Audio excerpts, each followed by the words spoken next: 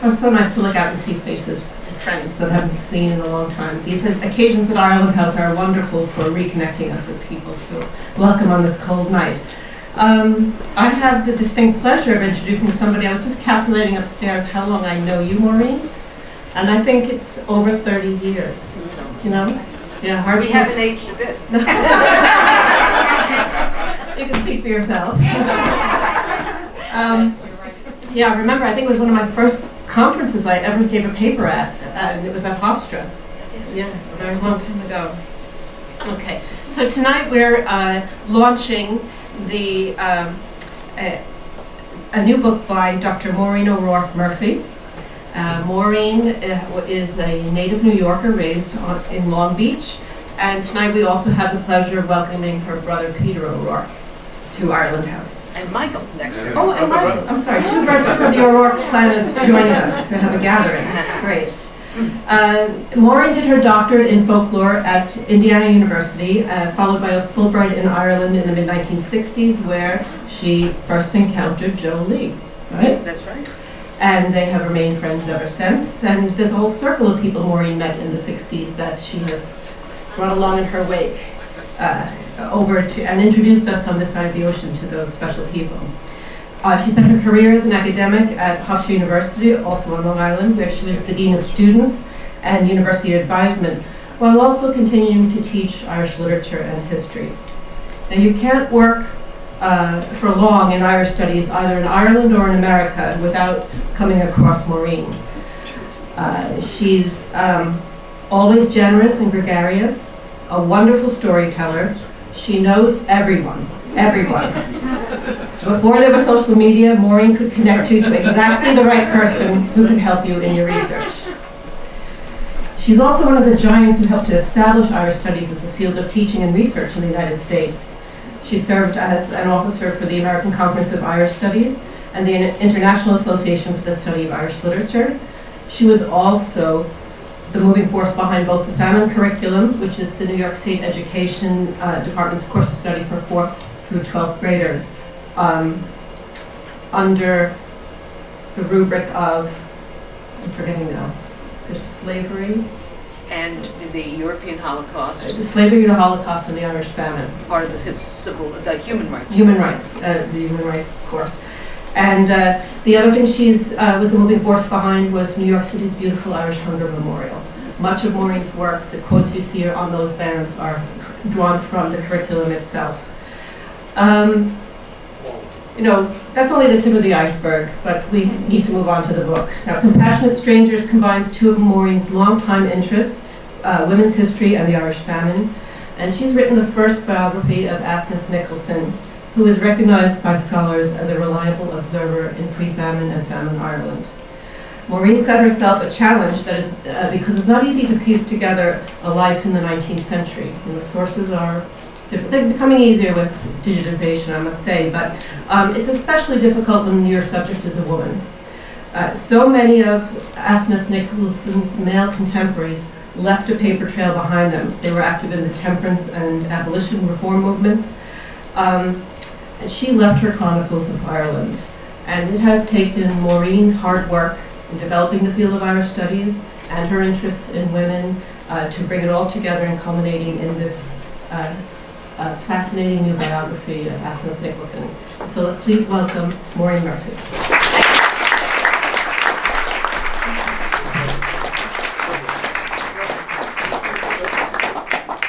Well, I first have to say, think where man's glory most begins and ends, and think that my glory was I have so many nice people who came out on a cold night. And in the interest of full disclosure, I'd like to ask my family to stand. They have stood by. Stand up on your feet. Here they are.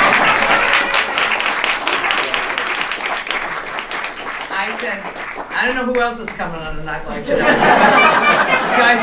You guys better be there. And where are those McKennas? Okay, McKenna's on your feet. There they go. There they go. More families. Okay, here we go.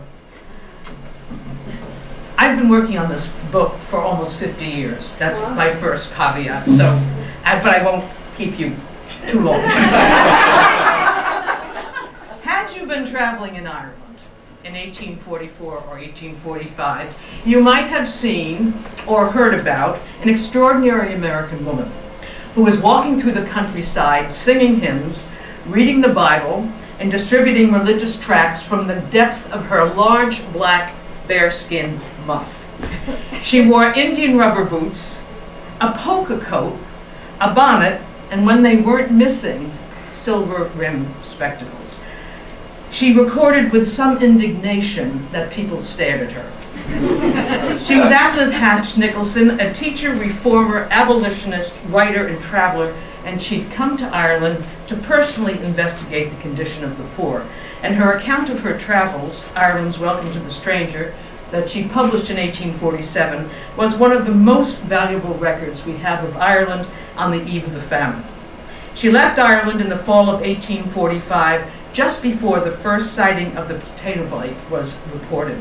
And she returned in 1846, determined to do what she could to relieve the suffering of the poor. She was born in the White River Valley of eastern Vermont in 1792 to pioneer settlers, Michael and Martha Hatch. And Martha Hatch was aptly named for the Martha of the New Testament. She died at the age of 91 in 1837, and according to Nicholson, she had one tooth.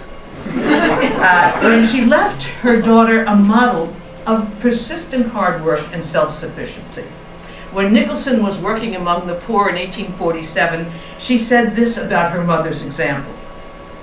"Never before, in all my privations in Ireland, had I tested the value of being early trained under the discipline of a rational mother who fitted me, when a child, for the exigencies of life, who not only by precept taught me that going through the journey of this world, I would be met with rough roads and stormy weather."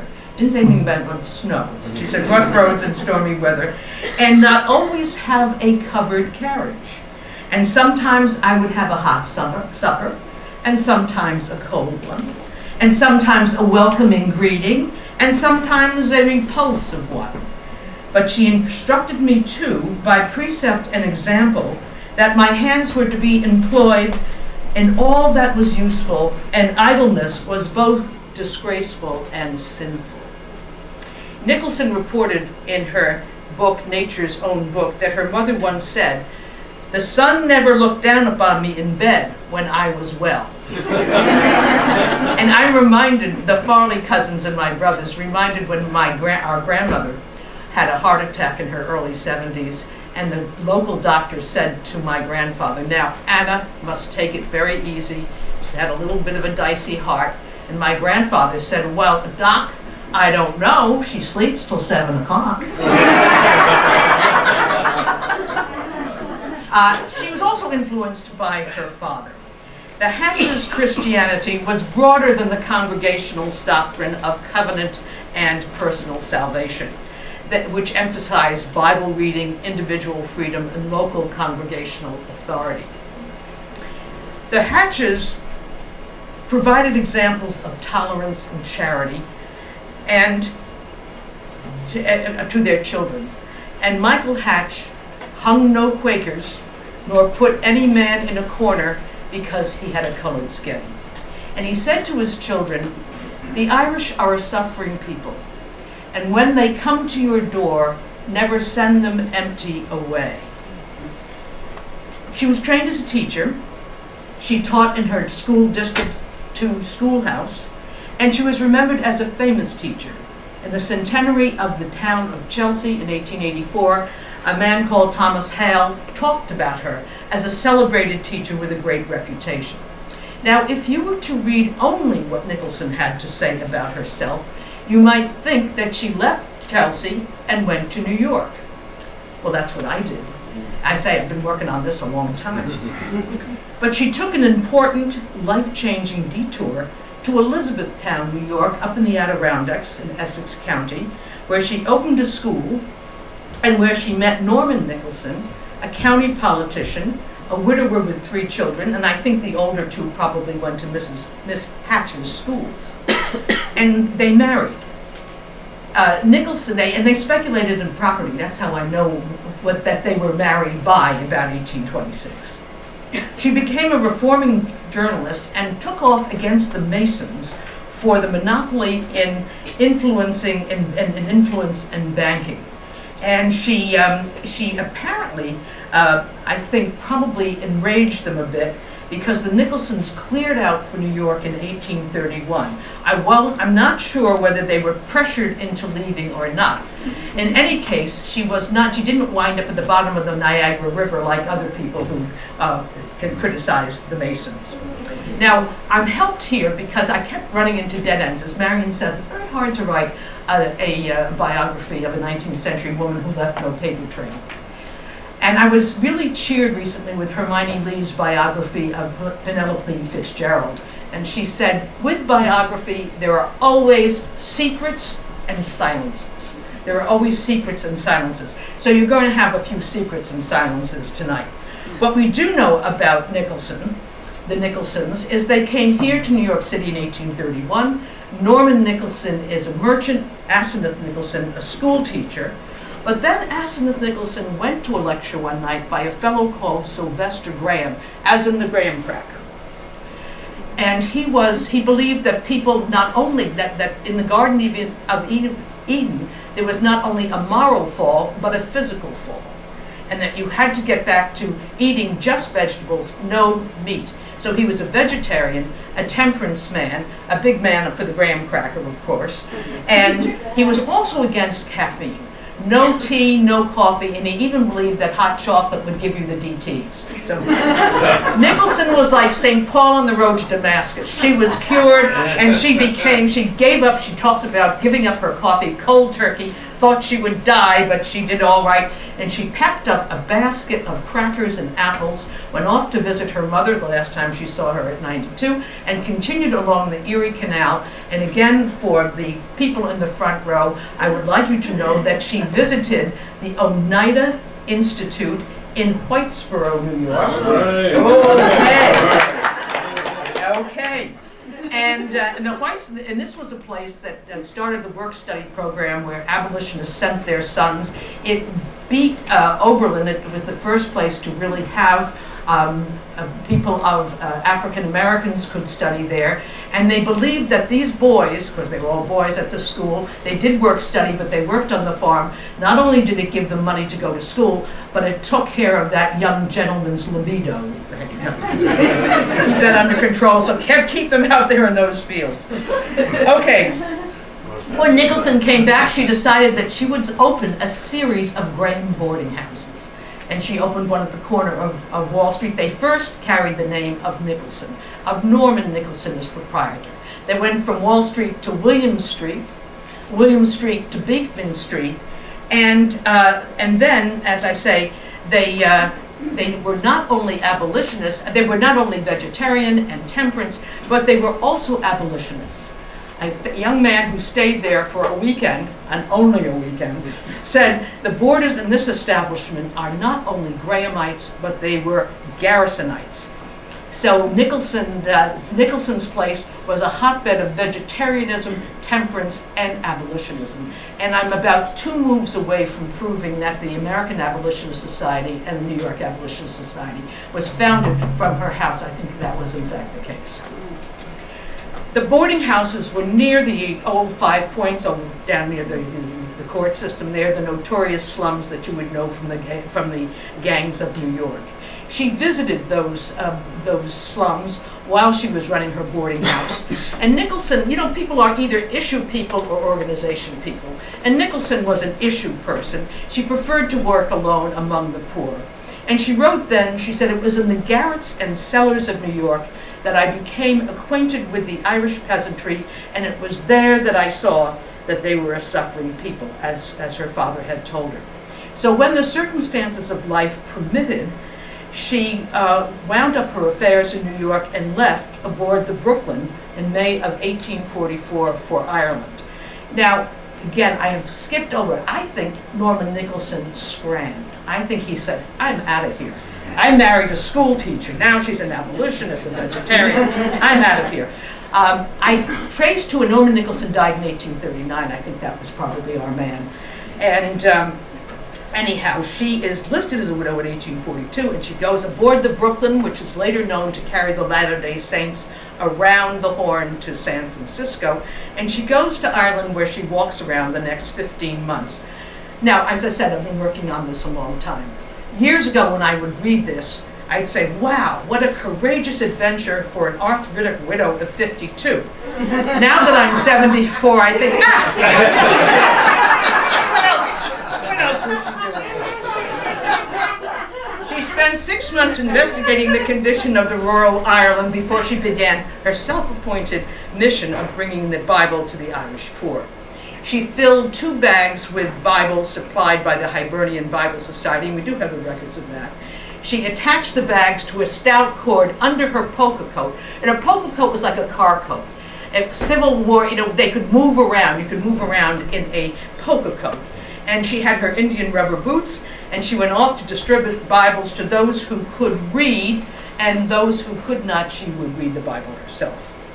The mission was not as straightforward as it appeared, because she moved in a kind of vacuum between the predominantly Roman Catholic Irish poor and the Protestant Anglo-Irish gentry. There were Protestant missionaries actively evangelizing among the poor people of the West. So on the one hand, the Catholics were suspicious of any Bible-reading stranger, and the missionaries suspected her for her broad tolerance and her democratic American ideals. What she did, and again, when she chooses to read from the Bible, you get a sense of who she is. She instinctively chooses the most ecumenical text. Her favorite is John. In my Father's house, there are many mansions. And this demonstrated, it was a belief of hers, but it also demonstrated that she was not there to proselytize. She recognized all faiths. Another favorite text was from Matthew, I was a stranger and you took me in. Or Hebrews, be not forgetful to entertain strangers, for thereby some have entertained angels unaware. These also honored the hospitality of those who welcomed her into her cabin. She also read from them the parables of charity, the widow's mite and the Good Samaritan, and she was a way of telling the poor that their hospitality was not only observing the mores of the Irish countryside before the Great Irish Famine, but they were also living the gospel. Now, the response to her was often linked on the part of the Catholic side with the Virgin Mary. This was the kind of shibboleth.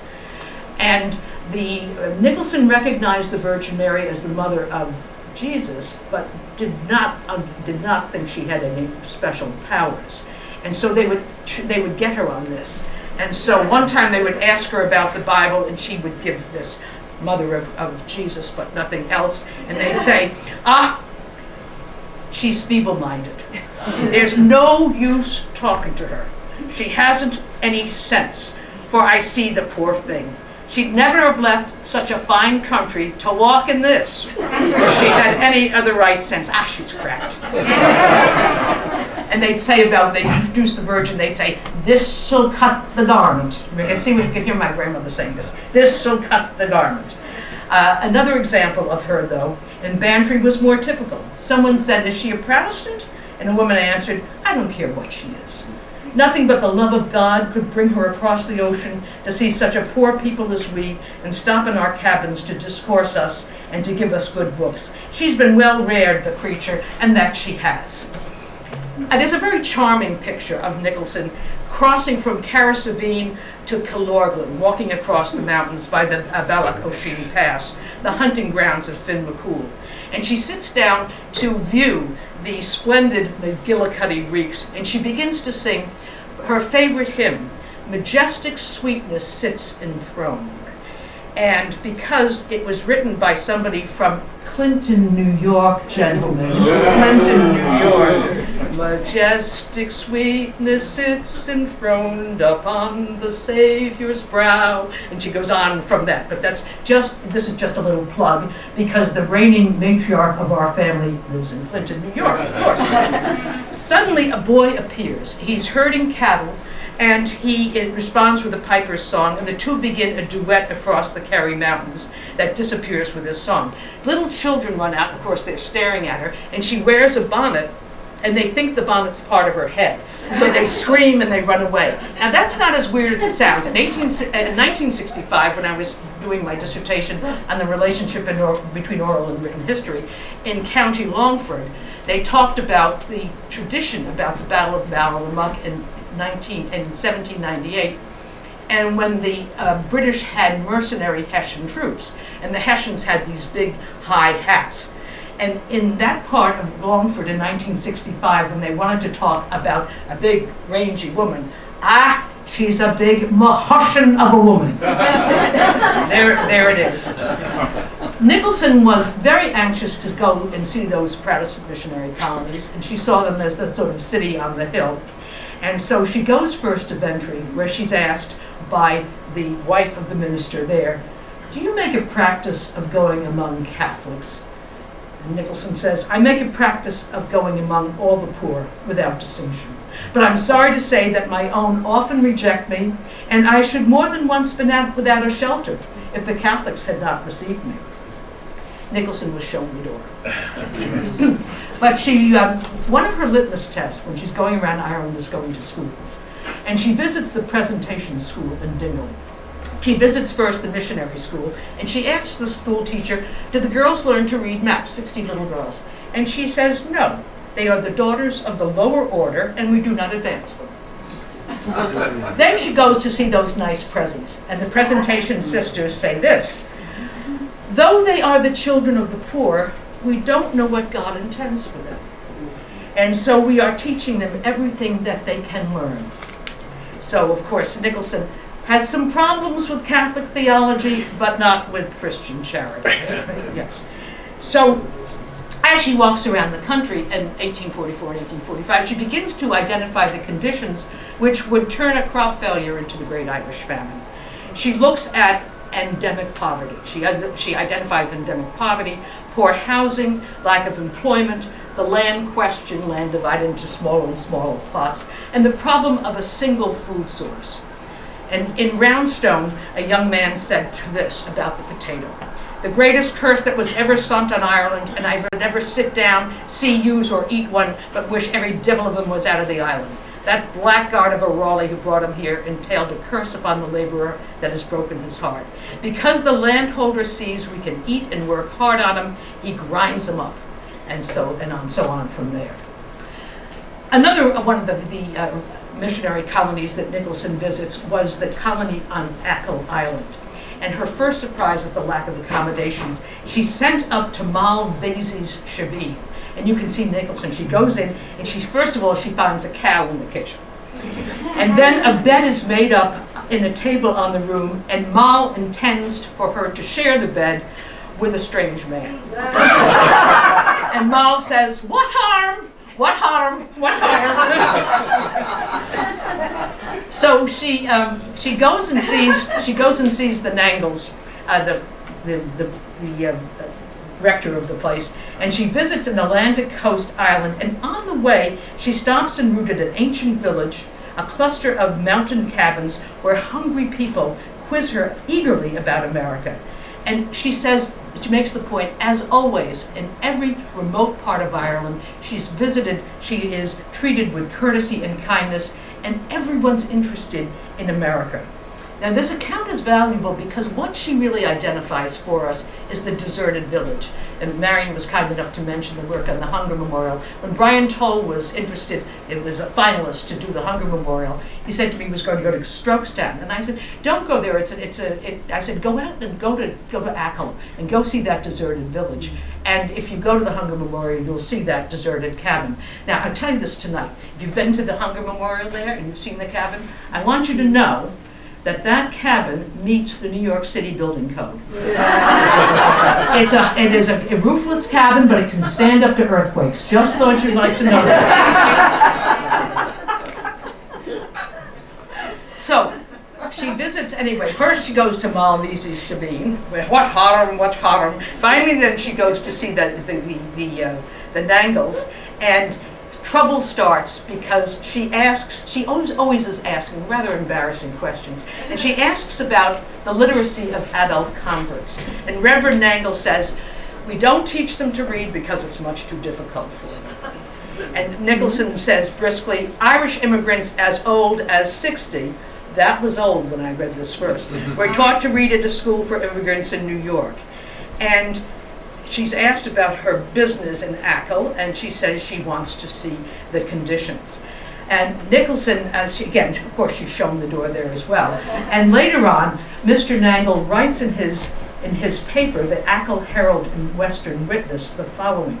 He talks about a woman visiting, an American visiting, person of some talent and education, but she pursues a course utterly at variance with modesty and retiredness to which the Bible gives a prominent place in its delineation of the virtuous female. Of course, he's thinking of St. Paul saying women should stay in the kitchen.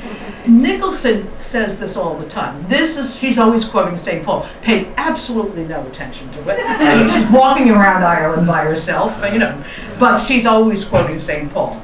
And he concludes in a wonderful conclusion of Nangle's letter. There is nothing in her conduct or conversation to justify the supposition of insanity. And we strongly suspect she's an emissary of some democratic and revolutionary society.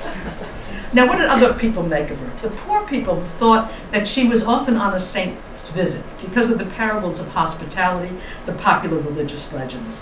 Others thought she was making a pilgrimage to holy sites, and of course she does, pays no attention to anybody. She climbs Croagh Patrick too late in the day, just about kills herself coming down, but that's Nicholson. She leaves Ireland and she kind of wanders around for a year, and in December of 1846, she comes back during the famine. There's no record of when she learned about famine conditions. She certainly would have, she was in England and sort of floating around. She would have been aware from the papers, from letters from friends and acquaintances. She knew the danger of a poor harvest to people who live on a single food source. But news of the second failure, the second crop failure, meant certainly that we're going from crop failure to famine.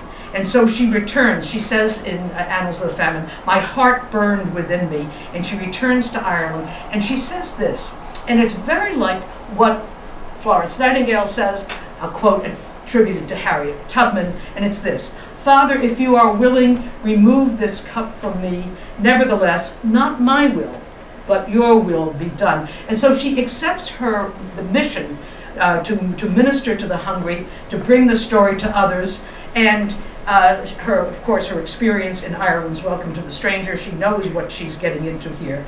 And her sense of mission involves bearing witness to the suffering, explaining not only how the Irish suffered, but why they suffered.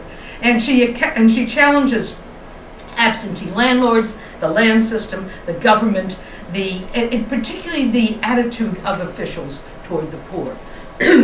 She gets there first and she spends all the money she has, and she runs out of money. And she says to herself, why does God send me here if he gives me no resources? And providentially, a letter comes from one of her old boarders, who is Horace Greeley. Horace Greeley, the editor of the New York Tribune, was one of her boarders at her boarding house on Wyndham Street. And he sends her money, and she reads about a meeting held in New York to raise money for the poor. And she writes a long, long letter back, which is printed in the New York Tribune, and by the way, I do print the letters in the book because it's the only time we really hear her voice. And she talks about this, and I just read this little bit because it talks about the difference between images, the visual images, and the literary images. She's writing about the famine, and she says, the sight of a starving person is unlike any death scene whatever. The prominent eyes, the shriveled skin, the imploring silence would melt any heart, but that is, shall I say it, of the British Parliament or Irish landholders. But I want just to make this point. If we look at that Hunger Memorial, if you look at the cover of the Irish famine curriculum, the choice always between representational and non-representational art. And the representation of famine, the real clinical end-stage famine, is too awful for us to look at. And so that's why we have at the Hunger Memorial, and that's why we have in the famine curriculum, non-representational art. I mean, representation, non-representation, both are legitimate ways to look. But if you think of, some of you have seen Rowan Gillespie's creatures on the Custom House. They're hungry, they're ragged, they are not in end-stage starvation. You have to read Nicholson to see this. Nicholson's own modus operandi in 1846 and 1847, I might say the official government response was, of course, Trevelyan, who was in charge of the famine relief, talked about providentialism. This is sent by God. And he combines this with the idea of Malthus, the economist, who says this, that population grows faster than the food supply. And so, but you have also, that's the official government policy, but there's lots of British organizations that are extremely helpful. Christine Keneally's most recent book tells us a great deal about that. And in 1846, December, the Quakers step in and they start running their soup kitchens, where they sell a quart of soup for a penny, a halfpenny for a roll, and people can buy tickets and give them to the soup kitchen so they can give them to the poor. Nicholson admired the Quakers and was very friendly with them. She wasn't a Quaker, but she's an issue person, not an organization person, and she goes in her own way. And she describes, she says, she operates individually as a woman is wont to do when at her own option. She didn't keep books, so there were no delays. No people have to wait around for their name to be entered into the books. She was living, she says, in a narrow little house near the Liffey, and her daily schedule was as aesthetic as her lodging and her diet. She lived on just 2 shillings a week, 2 pence halfpenny for cocoa, which I guess she got over the DTs with the cocoa. 3 pence halfpenny for milk, a little bit of sugar, a little bit of bread. And she walks through the city with 2 baskets distributing bread on her way to the Liberties, where she runs her own soup kitchen. And she says this, and when I'm teaching students about this, and I say, you can't save everybody, but you can do something. You can do something. That's why down at the Hunger Memorial, the crawl line around the Hunger Memorial are the contributions from the New York Relief Committee. And you see things like boys from the ragged school, $1.64 in pennies. And nobody, 25 cents. We have that kind of thing. So Nicholson goes down, she commits herself to a certain group of families in the Liberties, and she teaches them to make a porridge out of American Indian corn. It's that teach a man to fish business here. She leaves Dublin, she's there through the spring, and she leaves Dublin for Belfast later in June, and she meets the Belfast Ladies Association, including the formidable Marion McCracken, who's a sprightly, I love the fact that she's sprightly in her late 70s. Let's hear it for those sprightly ladies in their 70s. And she goes to Derry and to Donegal, and one of the tropes you get of the famine are people who press their noses to the glass and break the glass, the poor looking in and staring at people inside. And so Mrs. Hewitson, she dispenses meal every morning, but the bottom half of her window is a piece of board because they have pressed their noses through the window itself. She visits, while she's there, she goes to Arranmore, the little island off the coast of Donegal, and she's walking around and she says, this is very interesting. The dogs look wonderful. The dogs are so sleek and fat. And the boatmen say, should we tell her? And all of a sudden Nicholson realizes, oh my goodness, why are the dogs so fat and sleek? They're feeding on the dead, of course. Yeah. She goes to Mayo from Donegal. She visits the home of a generous local landlord called Samuel Bourne, who not only took care of his own tenants, but brought in tenants who were evicted from other places. He provided employment to his tenants, and he preserved the people of a large area in western Mayo, not merely his own tenants.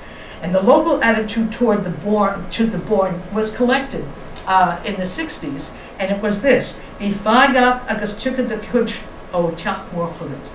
have patience, and your share of food will come from the big house.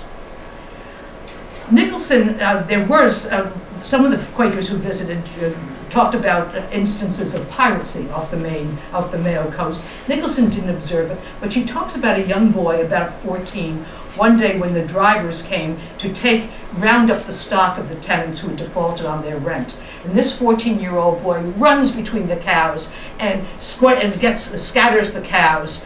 And the guys on the horses who were there to round them up are so astonished at what this fellow has done. Peter, you'd appreciate this kind of thing. That they just sit on the horse and watch, and the kid rounds up the cows and gives them back to the individual. She goes to west, she goes to Belmullet, and she goes to the Mullet. If you remember the Children of Lear, the last 300 years of exile in the Children of Lear is off the coast of Eris Bay. And she talks about that tremendous suffering there. She goes again to all of the little villages in Mayo, and she goes to Louisburg. And before she leaves Louisburg, she travels with a party of the Garveys of Tully. Now I wish the Garveys were here tonight, because the Garveys, John Garvey's people, held land between Louisburg and Delphi, and they were generous to their tenants, forgiving rents and providing meal as long as it lasts.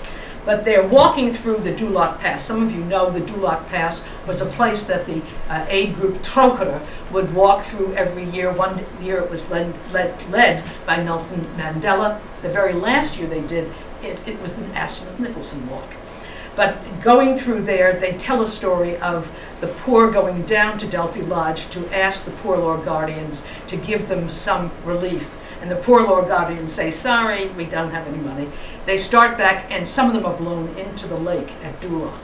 Now, we know, at least according to the records of the Times, that 4, 6, maybe 9 people were drowned. But of course, by the time James Berry writes Tales of the West of Ireland, it is 400 people. But you get the sense of the trauma to the area of that time.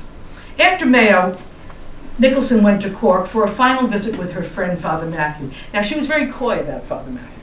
Father Matthew gave her a gold locket.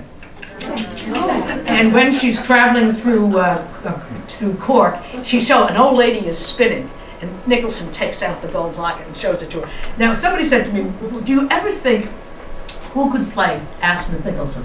I said, Katharine Hepburn. If I had finished this book in time. Katharine Hepburn and Spencer Tracy could be Father Matthew. Could be very cute. Okay, so as she's prepared to leave Cork, though, she says goodbye to Matthew. Matthew's in poor health, and she knows that she's saying goodbye to him for good, and they've become very, very good friends. As she prepares to leave Cork, she happens to observe a funeral passing the premises of the Quaker William Martin on Patrick Street. And you know the tradition of walking with the funeral a few steps. And so she joins in the funeral procession. She goes to the graveyard and she stays. And she was deeply moved by the experience. Very often she stands back from these kind of customs. But this time she goes along, and in some ways, in bearing witness to the unknown person, she really, I think, is mourning all of the family dead there. And she leaves Cork and says goodbye to Father Matthew. And to leave Cork was to leave Ireland. And this is one of these serendipitous things that happen when you spend a long time with a project like this. When I was leaving Ireland in 1966, I was very sad. I thought, when will I ever get back? You know, I was a graduate student. These cynical laughter from the front row. When will I ever get back? Next week. But in 1966, I wasn't sure I was going to get back. And I had learned Irish, and I wrote down this when I was leaving. By Jenna Dermot of Jerusalem, Baraka Mayaslov. If I forget thee, O Jerusalem, may my right hand use its power. That's what I wrote in 1966. When I read Annals of the Famine later, Nicholson writes the same. She quotes Psalm 137, if I forget thee, O Jerusalem, let my right hand lose its power. That the power of that. She left Ireland in the fall of 1848 because she couldn't bear another famine season. But she agonized over whether she should go back. One of the few letters that we have in the records of Overland Library to her friend William Goodell, she says, the last letters I've received from that country have so fully verified what my fears were, inducing me to believe that I'm half resolved to return and die with them. I have lived on that altar, and whatever my heavenly Father might place before me must be done, and done willingly. I was enabled last year to get up a school in one of the most desolate parts, where 100 or more assembled in a cabin from the mountains, instructed and fed once a day. The school prospered, the children so improved in work that they could earn a little, and I was about collecting something more for it when the letter arrived from the faithful, benevolent teacher saying the house had been taken from her. The children were sent in agony again to the mountains, there to die if something's not done. Lord, what wilt thou have me do is my inquiry. Whether to go partly by sea, partly by land, over bog and mountain, where no public conveyance can be had, or try to gather them into some dark cabin, or let them die, is the distracted inquiry. O God, direct and lead me. From what I gather, it's unlikely that she ever returned to Ireland. She did travel. She was part of a delegation to Paris in 1848 to inspect the new republic. The next year, she was part of a peace delegation to Frankfurt. She returned to New York, and she was horrified at the gambling that she saw. She returned to New York in the spring of 1852, and we don't know what happens. Now, these are some of these silences and secrets. A man called Henry Clubb provides a clue to her whereabouts in his appreciation, the late Asenath Nicholson, which he wrote in the Water Cure Journal. She never seemed happier when visiting the poor sons and daughters of Erin in the shanties in the suburbs of Brooklyn, where we sometimes have had the pleasure of accompanying her on her missions of charity and Christian philanthropy. She's really talking about the site of the old Brooklyn Navy Yard, where the Irish laborers had built the Atlantic docks in the Atlantic Basin in the 1840s. Her death was May 15, 1855. It said she died of typhoid fever. Not really sure about that. She's buried in Greenwood Cemetery. The last mystery, she's put in one grave, removed, and put into another, unmarked. Stay tuned. We'll have to figure that one out. On Friday, May 18, 1855, the New York Tribune published Nicholson's obituary, and it's tempting to think Horace Greeley was its author. He certainly would have provided a lot of the information about her life and work. And it's a long obituary, the attempt to record the life of a very remarkable woman who accepted her call to help the Irish poor and who lived her life as a model of Christian charity. And then she disappears. She falls off the face of the earth until 1924, when a fellow called Tressiter writes a book, or edits a book called The Bible in Ireland, which is edited from Ireland's Welcome to the Stranger, and people begin to notice it. Cormac O'Malley was saying tonight that his father read it and recommended it to John Kelleher. And when I was starting this, I started this, by the way, in 1965. I had a Fulbright to go to Ireland to do my dissertation, and only in Ireland in 1965 could the professor of Irish folklore decide he wasn't taking students. Could we do that today? I'm sorry. So I went to see Roger McHugh, with whom I'd studied at Indiana, and I said to him, can I work with you? Because I have to have somebody to sponsor me. And he said, yes. He said, what would you like to write about? I said, I'm interested in the relationship between traveler's tales and the fiction of the pre-famine Ireland. Oh, he said, fine. And then he leaned back. Miss O'Rourke, have you ever heard of Asenath Nicholson? Who? I said, Asenath Nicholson. Sean O'Frellan says she's fabulous. Frank O'Connor just said to me recently that she knows more about Ireland before the famine than anybody else. Oh, I said, I'll check her out. So I walked down Dawson Street. In those days, Hodges Figgis on the other side of the street used to have a barrel of, odds and ends of books. A couple of pennies here and there. So for 5 shillings, I bought Ireland's Welcome to the Stranger. That was it. I was off to the races. So let me say to you now, let me just give you a last vignette. It's 1844. Nicholson has walked 70 miles from Roscrea to Galway in anticipation of receiving a letter from New York with money. And she arrives in Galway on a Friday afternoon, and she has 4 shillings and 6pence. And if there's no letter, she'd have to walk back. She returns Monday morning. The post was supposed to arrive at 11 o'clock. Again, no letter. And this is November. You know what the days are like in November. The sun was going to set at 4 o'clock. But Nicholson, of course, decides she can't delay, and she takes off. And she's walking through the mud to Oranmore and then on to Loch Ray. And then she sits down against a stone to rest her blistered feet and to wonder, would she go on, what would she do? And she kind of looks to the west, looking out there is the Atlantic Ocean, and over there is New York. And she thinks about her prudent friends, her clergymen and reformers who had warned her against this reckless plan to walk among the Irish poor. And she says this: "I saw their cheerful fires lighted. I saw friends gathered around them. I heard them say, 'I wish I could see what Mrs. N is doing tonight.' By this time, she believes that we told her the truth when we advised her to stay home and keep out of the difficulties which she must unavoidably meet in a land of ignorant, reckless strangers. Pity she couldn't find enough Irish in New York to keep her busy without going into that land of darkness. Well, she'd always have her own way, and she must abide the consequences." And Nicholson said, "Oh, I saw too my once happy parlor, lighted and the books gathered for the evening, and I did wish to draw around the table and participate in the enjoyment.